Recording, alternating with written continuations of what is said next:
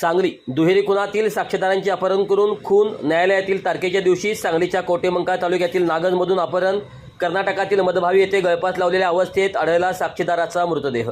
दादासाहेब यमगर जत तालुक्यातील महानूरवाडीमधील दुहेरी खुनातील मुख्य साक्षीदार। सांगलीच्या जत तालुक्यातील महानूरवाडी येथे झालेल्या दुहेरी खुनातील मुख्य साक्षीदार दादासाहेब नामदेव यमगर यांचे कोटेमंका तालुक्यातील नागज येथून अपहरण करून कर्नाटकात खून केल्याची धक्कादायक घटना समोर आली आहे। दादासाहेब यमगर यांचा कर्नाटकातील मदभावी येथे एका झाडाला गळफास लावलेल्या अवस्थेत मृतदेह मिळून आला। तसेच त्यांच्या अंगावर मारहाणीच्या जखमा देखील मिळून आल्या आहेत। डिसेंबर 2023 मध्ये शेतातील सामायिक विहिरीच्या पाणी वाटपावरून यमगर भावकीतील 2 गटात तुंबळ हाणामारी झाली होती। यावेळी एका गटाने केलेल्या हल्ल्यात विकास नामदेव यमगर आणि प्रशांत दादासाहेब यमगर या दोघांचा निर्गुणपणे खून झाला होता।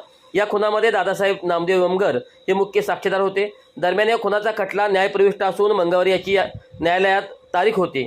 या तारखेला दादासाहेब यमगर यांचा जबाब नोंदवण्यात येणार होता। न्यायालयात जाण्यापूर्वीच ते दुचाकीमध्ये पेट्रोल भरून येतो असे घरातून सांगून निघाले होते।